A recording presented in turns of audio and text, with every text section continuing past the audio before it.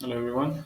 So this is the second video in this series of lectures where I'll be discussing MCQ questions for your CBSE exam, and this is another set of question.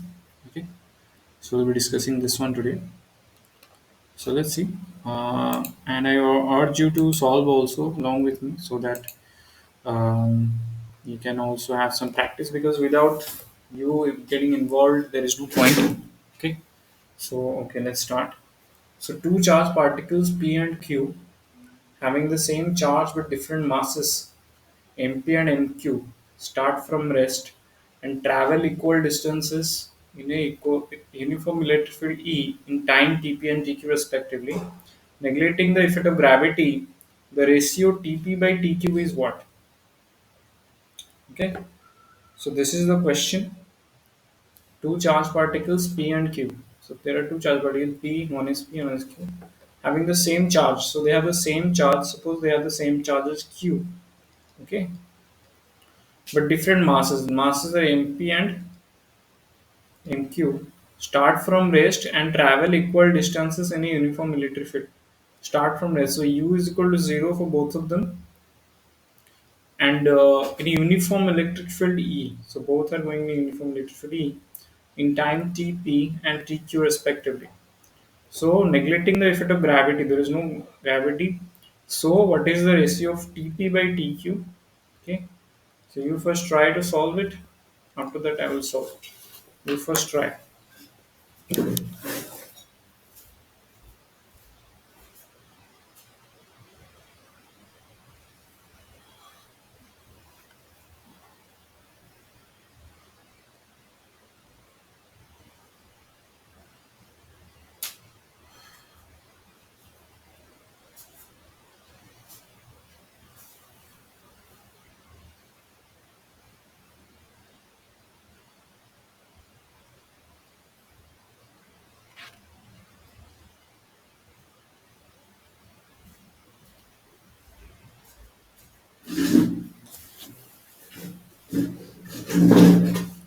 Okay. So it takes u is equal to 0. Okay. So first of all, we need time. So if you remember, there was this equation of motion involving time and which equation motion has time and initial velocity along with it. If you remember, s is equal to having the same different masses, travel equal distance. Distance is also given. So s is equal to ut plus half at square if you remember. So here u is 0 for both of them. So for suppose for SP, I write SP is equal to u is 0. So half acceleration of p into tp square, correct? And we know both have the same equal travel. They travel equal distance. So suppose SP is equal to SQ is equal to S. Okay. So this S is equal to half AP into TP square, correct? So okay, for SQ it will be half AQ TQ square, right? So SQ is also S, both are the same distance. So we will equate them. So half, so AP TP square is equal to AQ TQ square, correct? Correct. So AP TP square is equal to AP, so TP square by TQ square is equal to what? AQ by AP. If I take the root over on both sides, TP by TQ is equal to root over of AQ by AP, correct? Now the thing is, okay, this is an electric field. Okay, we know what is the force on due to electric field on charged particle F is equal to QE. Yeah, and what is the force due to mass of the particle is MA, correct? MA is equal to QE, correct? So mass, suppose for Q particle, MQ, AQ, it's equal to charge Q into E. Both have the same charge in electric field. And for P, MP, QP is equal to Q into E, correct? So we just need MPAP, sorry, MPAP, Q into E. So we need AQ by AP, right? So let's take the ratio of these two now. Okay. So MQAQ by MPAP is equal to Q by Q is 1, right? So AQ by AP is equal to what? MP by MQ, correct? So we'll just put it this one here. So if you put it, we will get MP by MQ. Is that correct? So this is the final answer, root over of MP by MQ. Option C is the correct answer. I hope you got it. Let me know in the comments if you got it.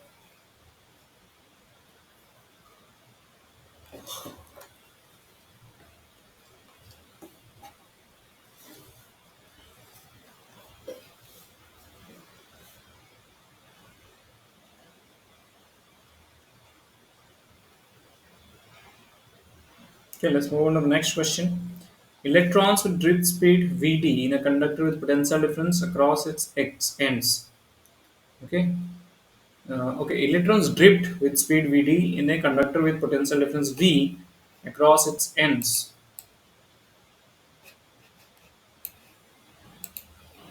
If V is reduced to V by 2, their drift speed will become. Okay, try first. You first try. After you try, I'll do.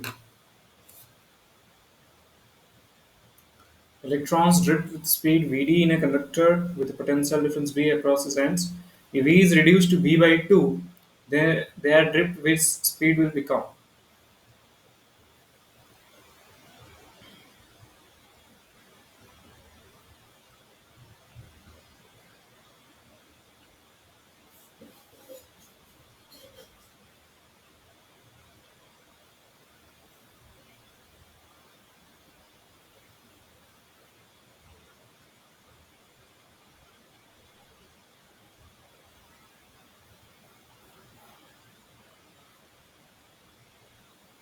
Okay. So drift speed is Vd. We know I is equal to NEA Vd, correct? I we can write it as V by R, potential by resistance, NEA Vd. So V is equal to R NEA Vd, correct? Okay.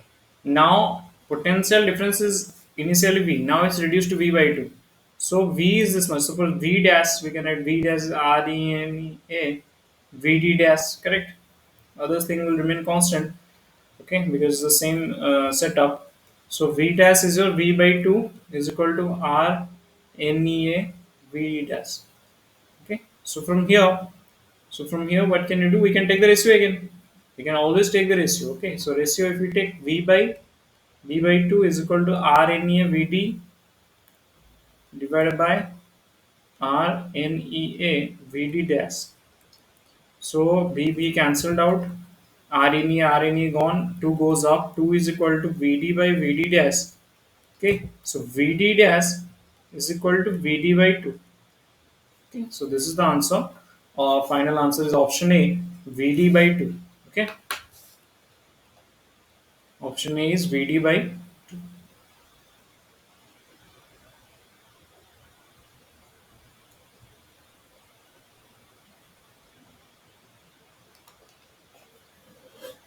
These are miscellaneous questions mixed up so that will have practice according to your exam.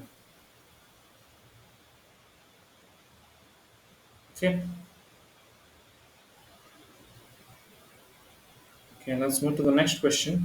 Wire of length 4.4 meter is bent around in the shape of a circular loop and carries a current of 1 ampere. Magnetic moment of the loop will be. Wire of length 4.4 meter is bent around in the shape of a circular loop and carries a current of 1 ampere. The magnetic moment of the loop will be.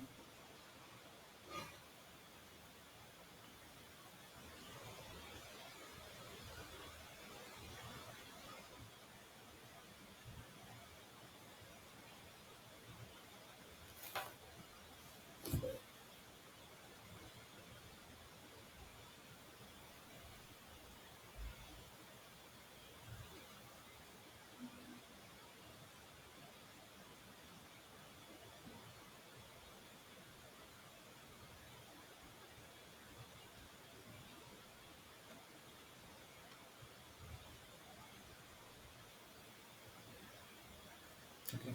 Wire of length is how much? Length is 4.4 meter, right? So it's bent around in the shape of a circular loop and carries a current of 1 ampere. Magnetic moment of the loop. Magnetic moment of the loop. Yeah. M is the magnetic moment. Magnetic moment is current into area vector. Right. This is a magnetic moment. So wire of length is 4.4 meters. So 4.4 meter is the length of the total wire.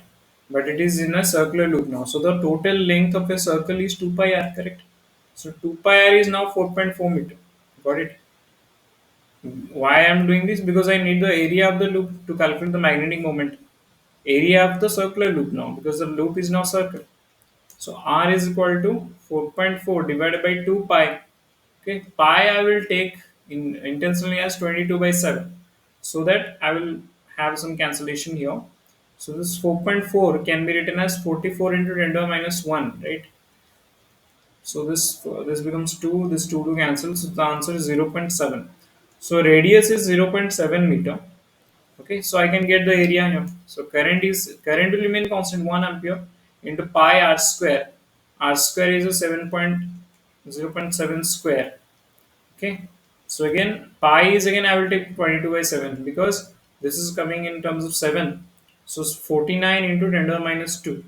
Okay, so this is 7. This is 154, right? Into 10 to the minus 2. So the answer is 1.54. What is the unit? This is ampere, this is meter square. So unit is ampere meters.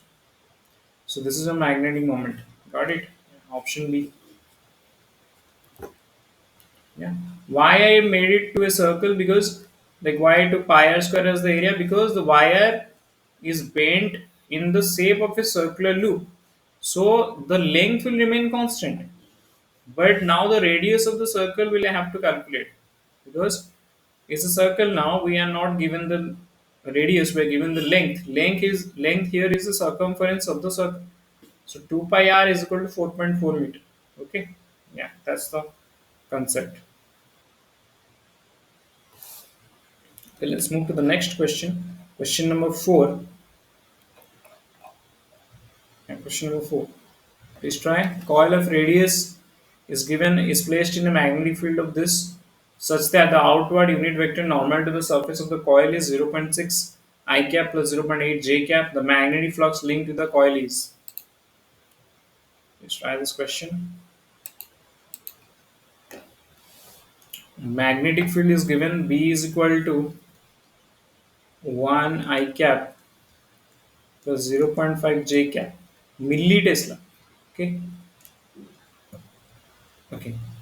Outward vector unit vector normal to the surface of the coil. That means it is indirectly telling me this is the area vector.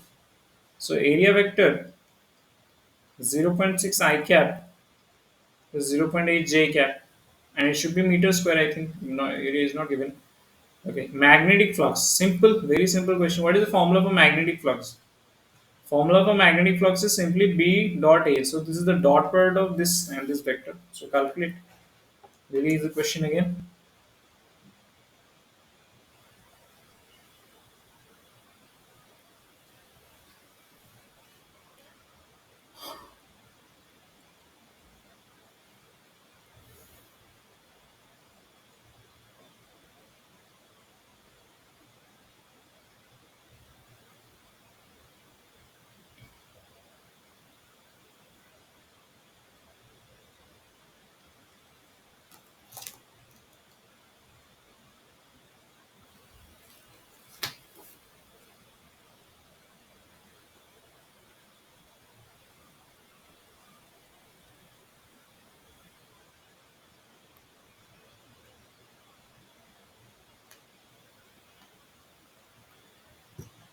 Okay. So your flux is how much? Just the dot product. I will be made dot product with I and J. So 0.6 plus I dot I is 1, J will be 1, 0.5 dot 0.8 will be 0.40, that is 0.4, right? So this becomes 1. So the answer is 1.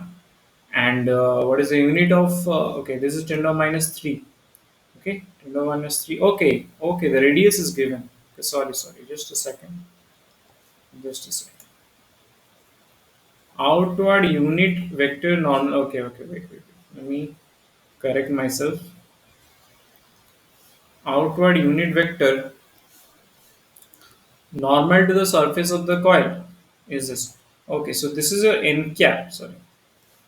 Suppose this is a coil. This is your end cap. End cap is how much? 0.6 I cap plus 0.8 J cap. Okay. So yeah, eventually this is okay. Eventually this is 10 centimeter. Okay. So the area of the loop will be okay. B. This is B. Okay. So B dot. Okay. All right. Pi r square. Okay. This is your suppose r vector. Okay. And okay. Okay. Just a second. Outward unit norm vector normal to the surface of the coil. Outward unit vector n cap. This is the magnetic field.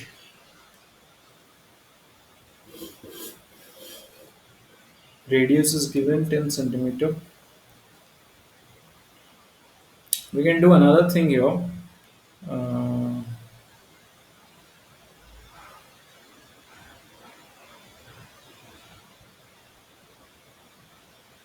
this flux is of b pi r square.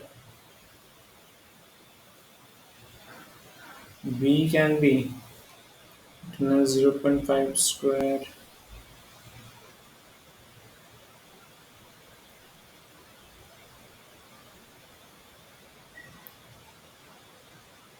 Okay, yeah. This is 1 square plus 0.5, 0.25 root overs.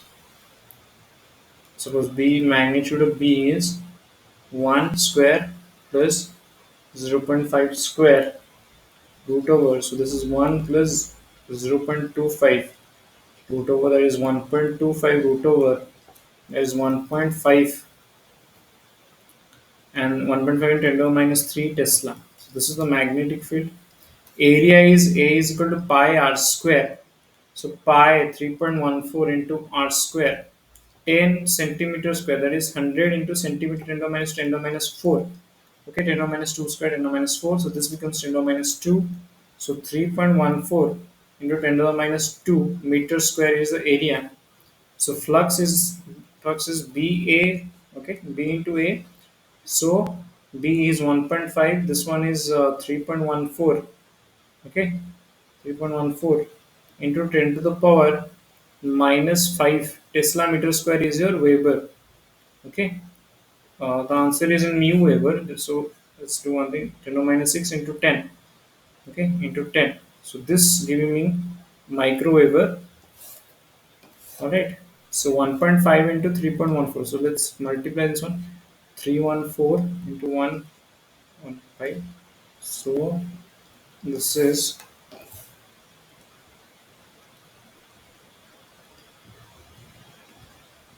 471 around. No, the answer is not that. Micro Weber, 4.71 micro Weber, and the approximate answer for this one is this option B. I think, yeah, because this is not coming.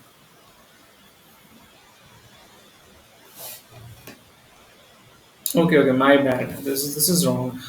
Root over 1.25 is not 1.5. Who did that? This is my mistake here. So root over of 1.25. Okay, root over 1.25 I have to calculate. I have been doing a mistake. Okay, so 111. This is 25. 2. Okay, 2.1. 21. 40022. Now this is 1 again. So 1.1 something we're getting. Okay, so 1.1 into 10 to the power minus 3. So this becomes like 1.1 into 3.14. So let's see whether this one will give us something 314. 314. So 4543. Okay, 3454. This is also kind of a bit tricky. Yeah, this is almost same. So option B will be the answer. Like approximately we are getting. Okay. So option B will be the answer. I hope you got it. Okay, let's move to the next question. Question number 5. Okay, question number 5. Which of the following quantities remains the same in primary, secondary calls and transform? What remains? Current, voltage. No, current and voltage they don't remain same. They have a formula. Okay, like E1 by E2 is equal to I2 by I1, right? If you remember, E1 by E2 is equal to I2 by I1. So they don't remain same. If this changes, that changes. So these two are gone. Remain the same. Power and power remains same. E1 I1 is equal to E2 I2. That's why the formula comes from here. This formula comes from here because this is P1 is equal to P2. The power remains same. Okay, power remains same. Magnetic flux.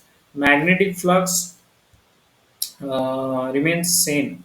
Yes, magnetic flux will also remain same. So option D would be the correct answer. Okay. Okay.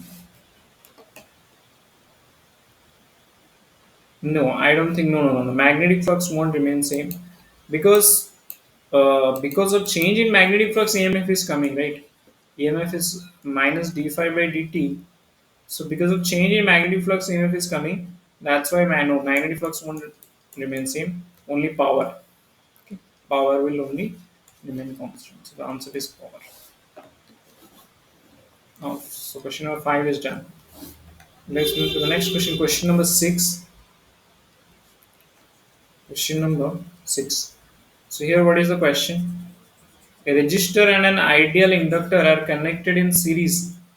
Okay, connected in series to a 100 root 2 volt 50 hertz AC source. So whenever this something like this is given, just remember that this is the RMS value that is given. RMS value of AC. This is VRMS. Okay, this is frequency as usual.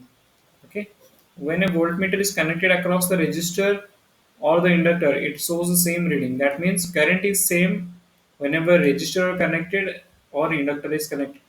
So the reading of the voltmeter is how much? Okay, reading of the voltmeter is how much?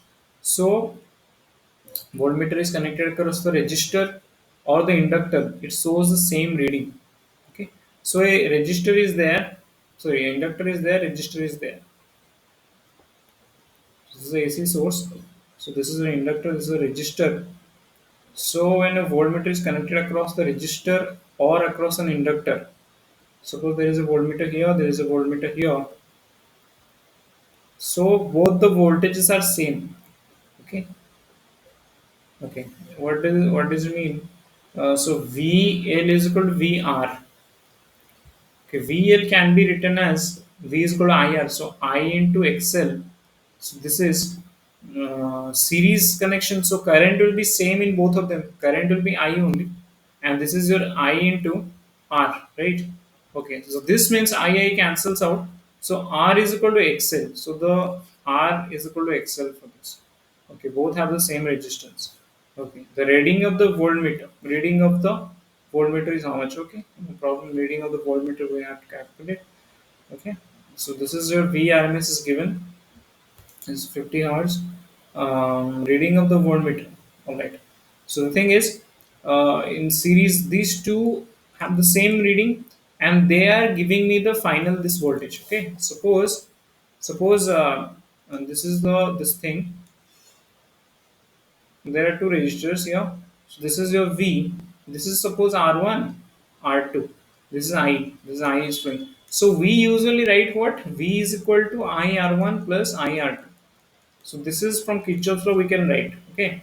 So the total potential in the battery is equal to the potential difference across all the resistors. Okay, that is Kirchhoff's law.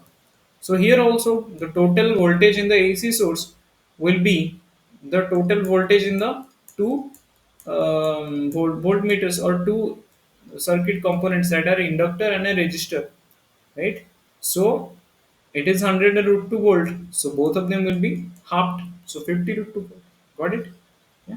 So the answer will be 50 root 2 volt because both of them have the same voltage and they will be adding up to give me the total voltage that is 100 root 2 volt of the circuit. Okay. Yeah. So the answer is 50 root 2. Okay. Next question. Electromagnetic waves with a wavelength 10 nanometer are called. Okay, please do this. 10 nanometer. 1 nanometer is how much? 10 to the minus 9 meter, right? So 10 nanometer will be 10 to the minus 8 meter. So you just have to check this one. Okay, I am not sure about this. It's very easy. You can check in Google which electromagnetic wave comes in the range of 10 to the minus 8 meter. Okay, just check this one. I'm not sure, so I won't tell you the wrong answer. Okay. Okay. Next question: the war function for a photosensitive surface is 3.315 electron volt. So war function is given W naught is given 3.315 electron. You can pause the video and do yourself. Okay, if it feels like fast for you. Um, the work function for a photosensitive surface is 3.315 electron volt. The cutoff wavelength for photo emission of electrons from the surface. Cutoff wavelength, that means threshold wavelength. Simple, very simple. Hc by lambda naught is equal to 3.315 eV.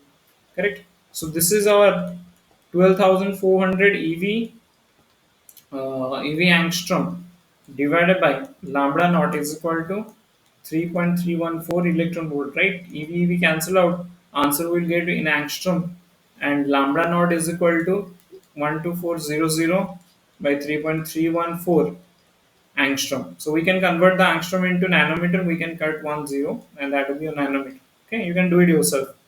So this one you can do it yourself. You can get the answer. All right. Yeah. Very easy question again. Okay, let's move to the next question. Question number 9. Energy levels A, B, C of an atom corresponding to increasing values of energy EA less than EB less than EC. Let lambda 1, lambda 2, lambda 3 be the wavelengths of radiation corresponding to transitions C to B. Okay, suppose A, B, C. A, B, C. C to B has the wavelength lambda 1, B to A has the wavelength lambda 2, and C to A has the wavelength lambda 3. Sorry, yeah, lambda 3. And the energies are EA. Okay, okay. The correct relation between lambda 1, lambda 2, lambda 3, ABC of an atom corresponding to increasing values of energy. Energy levels are EA, EB, AC. Okay, energy level of EA is lowest, EB is more, and EC is the highest. So this is a ground state, first excited state, second excited state, like that. The correct relation between lambda 1, lambda 2, lambda 3 is. Okay, so that is the question. Okay, so let's see how to solve this question. Okay, so first of all, energies. Suppose this is hydrogen atom energy. Suppose so this one will be minus 13.6. This one will be minus 13.6 by 4, right? So minus 3.4 or something. Minus 13.6 by 9 minus 1.51 something. Okay, so these are the energy levels for hydrogen atom. Okay, so the correct relation between this. Okay. Mm, can we can do one thing. We can get the values of hc by lambda for this one. Okay, hc by okay. One thing you can do here. See, very see energy difference between this and this. Okay, minus 13.6 minus of minus 3.4. So this is B to A, correct? This one B to A lambda 2. So this will be HC by lambda 2. Got it? Whatever it will be. Suppose this one will be minus 10.2. So HC by lambda 2 is minus 10.2. Okay, just remember. So 1 by lambda 2 is equal to minus 10.2 by 10.2 by HC. Okay, like that. Suppose a lambda 1 is minus 3.4 minus 1.51. Okay, so this is something like 9. This is like 8.1 minus 8.1. So 1 by lambda 1 will be minus 1.89 divided by lambda 1 by HC. Okay, exactly like that. This and this difference will be minus 13.6 plus 1.51. That will be 0.09. This is minus 12.09. So 1 by lambda 3 is equal to minus 12.09 by lambda, sorry, by hc. Now check whether all of them adding to something else. Yes, they do. This plus this is giving me, oh sorry, this plus this is giving me this, isn't it? Minus 10.2 minus 1.89 is almost giving me, yes, not almost, is exactly giving me this one. Okay. 1 by lambda 1 plus 1 by lambda 2 is giving me 1 by lambda 3. So option B is correct. It's a very good question. Okay, it's very conceptual. It will completely uh, like test your mind, your conceptual levels. Okay, very good question again. Question number 9 is done. I hope you understood. Please, if you haven't understood, go through it again in the video. Okay, it's a long explanation, so you can go back again and watch it. Okay,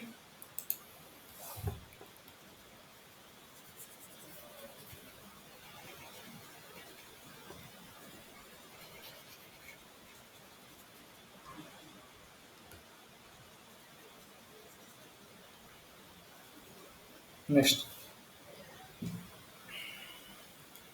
If a particle approaches a gold nucleus in a Geiger-Madsen experiment with kinetic energy K, it momentarily stops at a distance d from the nucleus, reverses direction to d is proportional to. Okay, d is proportional to what? Kinetic energy. Okay, kinetic energy at that point half mv square is equal to potential energy. Okay, so the point, the question thing is, uh, at alpha particle experiment, here there are positive charges. So if I, sorry, gold nucleus is positive charges here in the nucleus. So if alpha particles are coming and going back means they are repelled, and this is called the what, approach. What is that approach called? Point of minimum approach or something like that. Okay. So at this point, the kinetic energy is equal to potential energy. Actually, that's why they return back. Okay, they require. So kinetic half mv square is equal to minus k q1 q2 by r square. Okay, sorry, minus k q1 q2 by r. All right. So the direction proportional. So this is the direction. This is the direction. So direction, sorry, distance. So this is the distance.